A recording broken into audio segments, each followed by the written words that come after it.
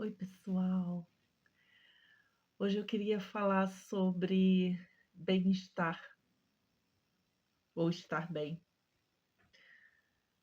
É uma abordagem transpessoal, que significa que é uma abordagem que pega todos os aspectos físico, emocional, psicológico, espiritual, quântico. É importante que a gente entenda que não existe uma pílula mágica que faz com que a gente fique perfeitamente bem em todos os sentidos da nossa vida. Então, o que nós trabalhamos, o que se trabalha principalmente na, com essa abordagem transpessoal é aceitar que não existe nada que tenha que ser perfeito. A perfeição está no imperfeito. Porque se fosse tudo perfeito, tudo constante, não haveria movimento. Então, não justificaria a nossa existência. E partindo desse princípio, a gente tem que entender que as coisas não têm que estar 100% perfeitinhas, nós temos que criar ambientes saudáveis e confortáveis e formas de lidar com problemas para que sejamos mais desafiadas do que subjugadas. É isso. Se a gente consegue mudar a forma de pensar e de perceber que a vida é cheia de desafios, mas isso não é uma tentativa da vida de nos sabotar, a gente vai aproveitar esses desafios para crescer com as experiências. Então, cada vez que aparece um desafio que seria uma alternativa para problema, tá? Vamos trocar a palavrinha problema pela palavra desafio, que só nessa transição a gente já dá um salto quântico gigantesco na forma de encarar as questões que aparecem na nossa vida. Se em vez de dizer tenho um problema, a gente diz tenho um desafio, o desafio te convida a encontrar soluções para esse problema. E se você tem uma solução, você tem um desafio. Mas o problema já deixa de existir a partir do momento que você tem uma porta, uma saída, uma vertente, e aí se torna um desafio chegar à solução daquela questão. E isso é de uma maneira muito genérica, porque aí as pessoas falam: ah, mas o meu problema é que eu estou presa numa relação, o meu problema é um problema de saúde, o meu problema é com o trabalho. Aqui nós vamos colocar questões que podem ser levadas para qualquer aspecto da vida da gente, tá? Financeiro, emocional, intelectual, físico. As soluções nunca são mágicas. Elas vão exigir das pessoas esforço, dedicação e disciplina e perseverança. Como eu disse no começo, não existem pílulas para resolver os problemas da gente. E tem um livro do Richard Bach que diz que nós procuramos os problemas para poder aprender com os desafios, as bênçãos da solução desses problemas. Porque enquanto a gente está dentro de uma questão desafiadora, tudo que a gente quer fazer é sair daquele quadro. Mas, quando saímos desse quadro, a gente consegue se ver como pessoas vencedoras. E se a gente tem um pouquinho de autoconsideração, de autorrespeito e de autoamor, a gente vai perceber que temos muito mais coisas para nos orgulhar, de desafios vencidos, de etapas ultrapassadas. Eu venci esse desafio, eu venci o outro, eu venci o outro. E se você quiser, você pode se ver como um vencedor, uma vencedora, independente de qual seja o teu problema. Porque a gente a gente enfeita muito a vitória dos outros e acaba negligenciando as nossas próprias conquistas como se não fossem tão importantes quanto.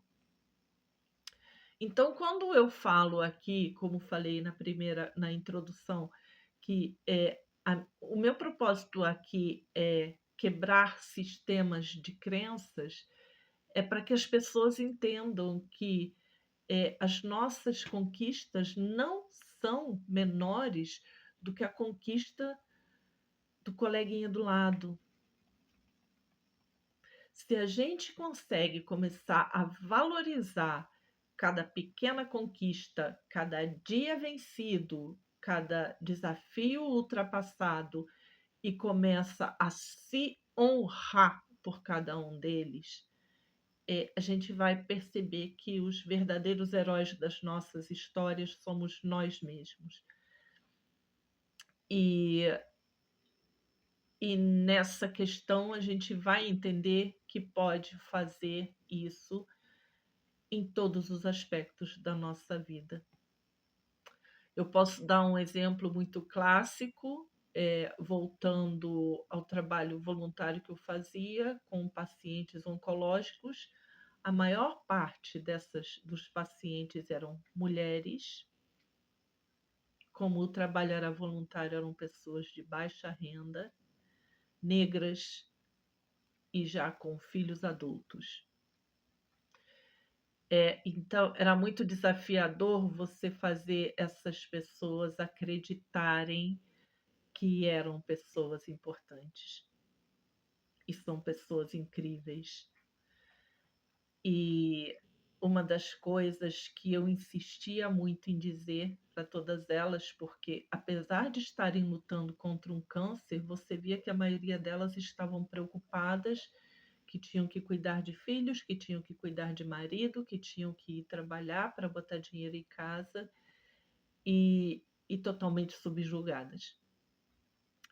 E um dos meus conselhos que eu vi que dava um bom resultado em relação à autoestima, que eu falei no primeiro vídeo, que às vezes você muda um pensamento e você muda uma realidade, às vezes nós não podemos mudar a realidade, mas a maneira de se lidar com a nossa realidade, com a realidade, ela pode ser mudada. É encarar de formas diferentes. E um dos exemplos que eu uso aqui, que eu usava muito lá, como terapeuta, é transitar da condição de dona de casa, que coloca a mulher numa situação subjugada, como se fosse. Ela perde a identidade para ser a cuidadora da casa, a cuidadora dos filhos, a cuidadora do marido, e deixa de ser um ser humano, uma mulher com vontade, e com desejos e com necessidades. Então, uma das coisas que eu trabalhava muito com essas pacientes é deixar de ser dona de casa e se colocar como dona da casa. Só de transitar para esse estado de consciência, porque a vida da pessoa não mudou em nada. Ela continua morando na casinha humilde, continua tendo que conviver, às vezes, com pessoas que gostaria de não ter que conviver, mas a partir do momento que essas mulheres saem da condição subjugada de serviçais para se colocarem num patamar de dona da casa, de minha casa, minhas regras, vou cuidar sim, mas cada um vai fazer a sua parte. Estou aqui fazendo comidinha sim, mas cada um vai lavar o seu prato. Essa postura de me respeita, porque se eu parar de fazer, todo mundo vai pedir arrego. Então, tomar essa consciência de que não é só uma serviçal que está ali para servir o resto do mundo e assumir a postura de opa, se eu saio dessa casa, ela cai. Então, para permanecer nesta casa, me respeita, que respeito é bom e eu gosto. Então, são esse tipo de mudanças de pensamento e que transformam uma atitude é que podem transformar a vida de uma pessoa. Então, esta é uma das abordagens. Quem ousar experimentar vai começar a perceber que a autoestima muda radicalmente. Vou trazer outros tipos de conselhos e pequenas mudanças que podemos e devemos fazer dentro do nosso dia a dia, que vai fazer com que nós resgatemos a nossa verdadeira importância. Nós somos as pessoas mais importantes da nossa vida. Ninguém estava lá no nosso primeiro suspiro e ninguém vai estar no último suspiro. Então, me respeita, porque respeito é bom e eu gosto. Assumir esta postura vai fazer pessoas saírem do quadro de se sentirem totalmente subjugadas para se sentirem pessoas de valor. Não precisa mudar nada na tua realidade, se isso não for possível, mas muda a postura, muda a forma de pensar, muda a atitude. E você vai perceber porque as pessoas só vão até onde a gente permite.